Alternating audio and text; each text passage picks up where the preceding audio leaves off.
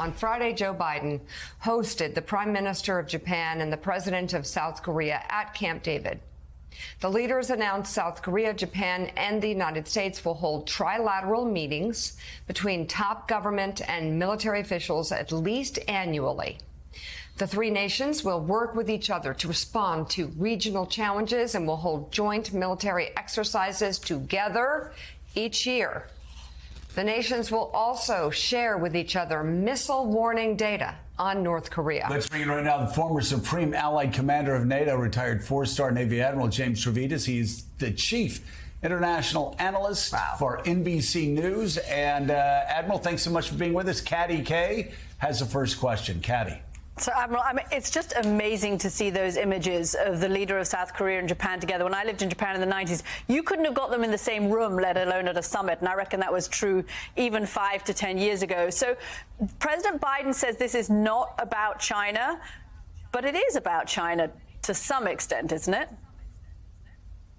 It is entirely about China in a geopolitical sense. There are certainly enormous economic angles to putting this together. You're looking at the leaders of the third largest economy in the world. After ours, the first, that would be Japan, and roughly the 9th or 10th largest economy in the world. So this is an economic play alongside that military geopolitical one. But yes, Caddy, you're exactly right. It very much has to do with China. And look, I operated for decades in the Pacific. I would see Japanese and South Korean warships try and kind of do exercises together under a U.S. umbrella. Never worked. There's our two nations, to coin a phrase, that'll never be the apple of each other's eyes.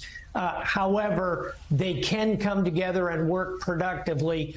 Kudos to the Biden administration here. It's smart geopolitics and smart economics.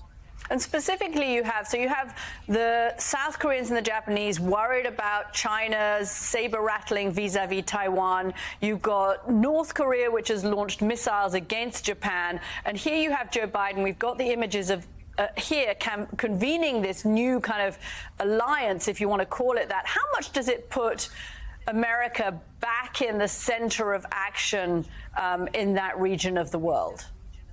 Oh, very, very significant. And I will put a particular here, which is we have an excellent Quad alliance, if you will, between the United States, Japan, Australia, and India, Caddy, as you know. That's the Quad, 4 nations that work together, share intelligence, operate in the Indian Ocean and the Western Pacific. How about we make that a quint?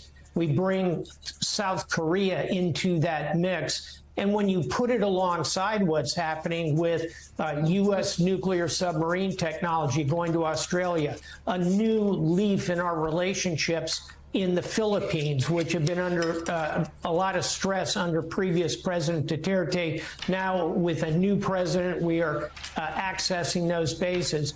All of that fits together, not encircling or containing China. That's really not the idea. The idea here is to deter China from adventurism, claiming big chunks of the South China Sea, pushing its neighbors around. I think, again, the U.S. is in a very significant geopolitical position. That's a good thing in Asia.